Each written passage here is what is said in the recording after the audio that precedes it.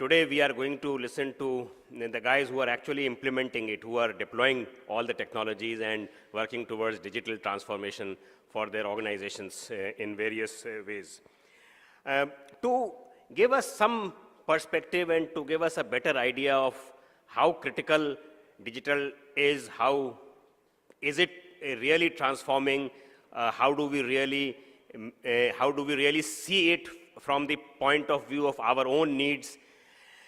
We have with us a very, very distinguished expert this morning, Mr. Sukanta Day, who was the former president of emerging business at Tata Teleservices and a very passionate digital guru himself, who's been doing a lot of things in digital transformation, and he's been advising companies. So I would like to invite Mr. Sukanta Day on stage and share with us his experiences and his perspectives and views on digital transformation. Mr. Day. Good morning, ladies and gentlemen. Abraham, thank you for the lovely introduction. So I'd like to start off by saying that the fourth industrial revolution in which we are deeply in now, how is it different from the first, the second, and the third?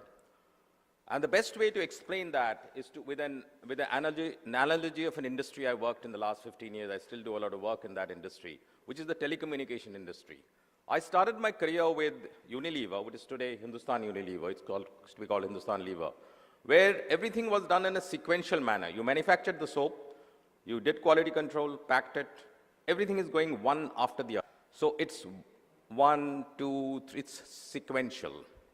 Whereas in the telecommunication business, when I joined AT&T Wireless as their head of India way back in 2001, all these things in the telecommunication product or service, you want to call it, happen simultaneously. Party A calls party B, the call gets connected, everything is happening simultaneously. The production of the call, the delivery of the call, the quality of the call, the feedback and the end feedback of the consumer. So we have moved from the sequential to the simultaneous. And that is the best way to explain the fourth industrial revolution. That you had the steam, the electricity, one by one, happening. But now, in the fourth industrial revolution, a lot of things are going to happen together. Now, what does this mean? It has, in my opinion, 4 distinct elements. Number 1, the sequencing to the simultaneous, which I explained to you. Number 2, in the good old days, we used to sell a product and make a profit or a loss or whatever. Then people went from product to services. And then they went from product to services to solutions. So you sell now product, services, solution. Sometimes you sell all the 3. So again, you're moving away from the product to the service, to the solution, and probably all the 3. And I will give you examples later on of big businesses which are only in the services area, mega businesses. They don't manufacture any product. All of you know the names, but we'll discuss that a little later. The third thing which is going to happen in the fourth industrial revolution, in the management of change, is the structure of whole businesses and organization is going to dramatically change, because there are going to be huge needs of specialized people like all of you are sitting in the audience. And so outsourcing will be not a thing which you do to reduce costs, but it will be something which is a necessity. I'll give you an example. For example, with the GST coming in, the warehousing structure has changed all over India. Now there are large warehouses. Earlier you used to have a warehouse in this state, that state, because this state had this tax and that tax, and you're playing all these monkey games. But right now, all India is only one state tax structure, and therefore the warehouses are very, very big. The warehouse, the location of the warehouse will be determined by where you want to be close to the production center or the consumption center or whatever other parameters, or near the highway, etc. But the warehouses are going to be significantly bigger than what the mama papa warehouses are going to go. The warehouse is going to be 10 lakh plus square feet, huge areas, multiple rackings, etc., etc. Now, obviously, in order to manage a warehouse like this, you need everything. You need robotics, you need artificial intelligence, you need blockchain, God knows what you need. So the business manager of that warehouse, the head of the warehouse, has to obviously outsource these specialized skills and technologies and bring it to his warehouse, and to make sure that he runs the business in an efficient manner, where his revenue line is high, his costs are low, and he's adopted a technology which is relevant and which is green. So the third thing is the structure of businesses and organizations are going to dramatically change with the fourth industrial revolution. And the fourth thing is what I call human resources. There has to be a tremendous amount of reskilling done. And the whole HR organization are going to completely be different. They will, of course, be horizontals because everybody will be a specialized knowledge person. The hierarchies will just not be there at all. Your boss may not even know or may not even want to know the skills you have, but he'd like to know the application of the skills in your relevant area and what is the return he is getting from you as an employee in that organization. So there will be a huge amount of reskilling. And I was just telling outside somebody that I did my 5 years of engineering in IIT Kharagpur. Obviously, that is totally irrelevant now. So the things are going to change. So these are the 4 important things which is going to be in the fourth industrial revolution. I'm going to give you a few examples because time is short. Already Abraham has warned me not more than 10 minutes. But I'm going to give you a few examples of where India is in the fourth industrial revolution, how deep we are in it, and what are we, to give you a flavor of what is going on in and around the country. So let's start with virtual reality and augmented reality. This market in India is expected to register a CAGR of 55%, which is more than 50% during the period 2016 to 2021 as per Tech Science Research. So that's a huge amount of adoption. Applications are, in many places, but they're right across the spectrum. It's not that you are using this particular technology in one thing, only entertainment. No, it's in retail, auto, healthcare, training, defense, gaming, entertainment, and right across the horizon it is there. And there are, of course, many devices available in India bought by the bigs, Microsoft, Teleservices, Oculus Rift, HTC Vive, Samsung Gear VV, Xiaomi, Lenovo, the Mirage Solo, Google Daydream. You are all aware of it. All those devices are in India. And the amazing part is that the startup organization, the youngsters here, there are many startups, but there are, like, say, 5 prominent startups: Grey Kernel, Miracle Studio, Gazematic, Loop Reality, and SmartSwix. To give you these examples, the point I'm trying to make is that AR and VR are really on the ground in India. People are not just talking about it, not experimenting, they're actually implementing it and trying to see how it impacts their business. Blockchain. The Indian blockchain technology, again, is expected to grow at a CAGR of 58% in the year 2018 to 24. Again, it's far more than 50%. And here again, it is across the sector, more in financial sector, BFSI vertical, especially in banking institution, integration of blockchain technology in their information and financial service database. Because as you know, in blockchain technology, the data is kept in certain types, in a certain manner in blocks, and you cannot change the data once the data is fed in. So the integrity of the data is important, which is obviously used more in the financial sector. So 56% of Indian businesses, including SMEs, are moving towards blockchain technology, making the technology a part of their core business. The key areas in the technology expected to make maximum important are payment and fund transfer, mostly in the financial area, post-trade settlements, and digital identity. The government of Andhra Pradesh, even governments are getting involved in it. Government of Andhra Pradesh collaborated with the various blockchain startups in their state, such as Snapper Technologies and Simplify, to explore the administrative processes. The state government of Andhra Pradesh is going to integrate its own e-program with the blockchain. So this is the application even at a government level. Again here, there are many startups. I'm just naming 5 of the top ones: S-Pro, Conscious Technologies, 10 Clouds, Sofaclick Technologies, and State Development. Robotics. I gave you the example of the Indian warehouse. The Indian warehouse robotics market is again expected to grow at a double-digit CAGR, that is more than 10%. So increasing technological advancement, rapid penetration of automation technologies in warehousing, growing e-commerce demand for different type of warehousing, speed to market, our enhanced quality and reliability in warehousing and aiding Indian warehousing robotics market. So they have realized that there has to be human as well as a robotics interface to make the warehouses more efficient. The Indian warehouse robotics market has been segmented into following categories. I'm going to read it out. Don't ask me any questions on it. I may not know. If you are experts, you got to reply to this question if it comes up.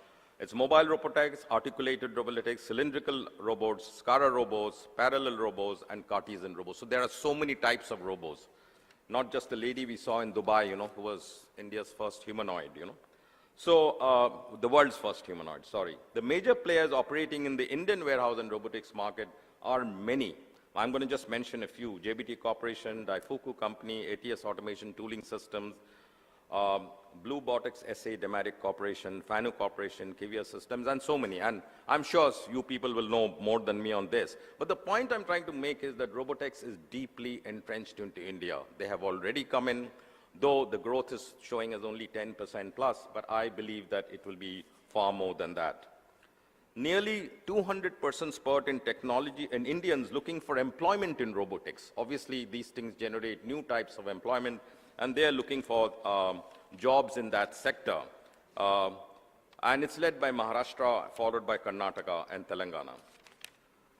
There are nearly 10 states out of the 29 states in India which are using some sort of robotics, and therefore they're also looking for people who are specialized in robotics and giving training and getting jobs for them. Maharashtra, Karnataka, Telangana, Tamil Nadu, Haryana, New Delhi, West Bengal, Gujarat, Uttar Pradesh, and Kerala. Surgery is another area. In the healthcare segment, surgery is an area where robotics is making a breakthrough, with the sector expanding and growing at the rate of higher than 20% between 2017 and 2025 compared to the global rate of 12%, which is, if we take a global average, averages are misleading, but India is adopting faster than the global average in robotic surgery. India currently has more than 50 robotics firms, including Intuitive Surgical, Accuracy, Maser Robotics, Metrobotics, Synaptic Medical, Titan Medical, etc. And if I've not mentioned some of the major ones, please forgive me. Hospital chains such as Apollo, Fortis Healthcare, Max Healthcare use surgical robotics, and so on and so forth. Tata Motors uses robotics in production, so do other companies, etc. Multinational subsidiaries like Samsung, LG, Philips, who are based in India, they use industrial robots. Next is IoT. IoT market in India is, of course, expected to be huge, like anywhere else, about $15 billion, in fact, by 2020, accounting to 5% of the global IoT market. This is as per NASSCOM. Nearly 120 companies are offering solutions in the IoT sector. Smart lifestyles, connected homes, buildings, embedded homes are the emerging segment. Healthcare, manufacturing are the leading verticals demanding IoT solutions. Already about $60 million of investment in IoT has taken place since 2014, and so on and so forth. So again, IoT is deeply entrenched in the Indian fourth industrial revolution. And the most talked about thing, AI, finally. 400 AI startups. In the other segments, I talked about 6 and 10, maybe there are 15, 20 startups. 400 AI startups, of which 150 million, the highest investment, has gone into AI in the last 5 years. AI also has the potential to become nearly $1 trillion industry in the Indian economy by 2035. Investments in AI in Indian healthcare industry is also likely to grow, though right now it's most focused on robotics. The focus of most AI-based healthcare in India has been extended medical service to traditionally undeserved society, sections of society, and so on and so forth. There are a lot of other, this thing I don't want to bore you with because I will be running out of time. So digital transformation will add an estimated about $150 billion to India's GDP and increase the growth rate by 1%. Digital transformation and adoption of emerging technologies like the ones I described, AI, cognitive services, robotics, etc., will really disrupt the entire business structure, as I explained earlier. While 90% of the organizations in India are in the midst of their digital transformation, but only 7%, not a good figure, in the entire region can be classified as leaders. That means they're doing the digitization process properly. Almost half these leaders, 48%, have a full digital transformation strategy in place, and the leaders experience, and they experience the double-digit benefits. According to recent research, Digital Transformation Index 2018 by Dell Technologies, about 12% of Indian businesses have already become digital leaders, slightly different from 7%, which is better. In fact, it is interesting to know that even when compared to other economies like the Chinese economy, India has 5% more digital leaders than in China. India is leading globally with 38% of Indian leaders agreeing that humans and machines have to work together hand in hand. This is the Dell survey. So I go back to, again, to the first, my first part of my speech was that there will be 4 things which are going to happen in the 4th industrial revolution, because everything is going to happen from the sequencing to the simultaneous. So all these things, virtual reality, robotics, AI, they're going to all work together. It's not that you're going to have one, then the next. In a warehouse, you may use all these technologies. As an example, I gave you. The second example is products moving to services to solutions. And the best example of that I can give you is that if you see the 2018 valuation of global companies, number 1 is Apple at $858 billion, very close, and sometimes Amazon goes higher than Apple. It's about the same, about $850 billion. And then you have Alphabet and so on and so forth, etc. Can any one of you please name a company which doesn't sell, which doesn't have its own products, but is a gigantic company? Can you name, can any one of you name a company? Uber, Ola, yes, yeah. So you have these very interesting point, because these are companies like Uber, Ola, Airbnb. They are completely asset light. They do not have the product which they sell. And they do not own the product which they sell. Like Airbnb doesn't own any hotel rooms. Uber doesn't own any taxis, etc. If you look at 2 large organizations, one is Amazon, which is at $850 billion. And if you look at Alibaba, which is number 6 only in that same horizon, that's about $485 billion. If you add both these 2 up, it's a staggering $1.2 trillion. And what do? They are just connecting a few things together. They do not have their own products. They are saying selling solutions and services. So you have moved away from the product to the service and to the solution. So that is the second important point in the 4th industrial revolution, apart from the examples of Uber, Ola, and all that. And the third is the structure. The structure is already dramatically changing. You will have a core, like a car manufacturer, like a Mercedes or a Mitsubishi or whatever. They have huge vendors. The vendors bring in everything into their plant. They just fit it up, check the quality, put their brand name, and out. And that's the system which is going to happen in most of the businesses. So outsourcing is going to be a very important thing, and each of these outsourced sort of companies, like an AI company or a robotics company, are going to play a key role in the development of the mother brand as well as of the economy. And finally, of course, HR. Obviously, with all the examples I've given you, there's a huge amount of learning, relearning. They're going to be set up, obviously, a training institute and a college which will only focus on these things and build your next generation economy. So we are in exciting times, and technology, the advantage of technology is it transcends the barriers of caste, creed, religion, sex. You can use technology anywhere in the world, whether it's in a communist country or a Muslim country or a Hindu country, it's the same technology. So technology is agnostic. So technology is a big equalizer. So digital is going to be really the fastest growing business of modern times. Thank you.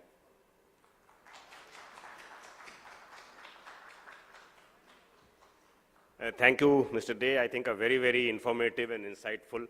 It might be a good idea if you convert, it had got a lot of information. If you want, it might be a good idea to convert it into a small booklet and circulate it so that people are aware of all that is happening and which are the players and what are the trends and so on and so forth. So thank you so much.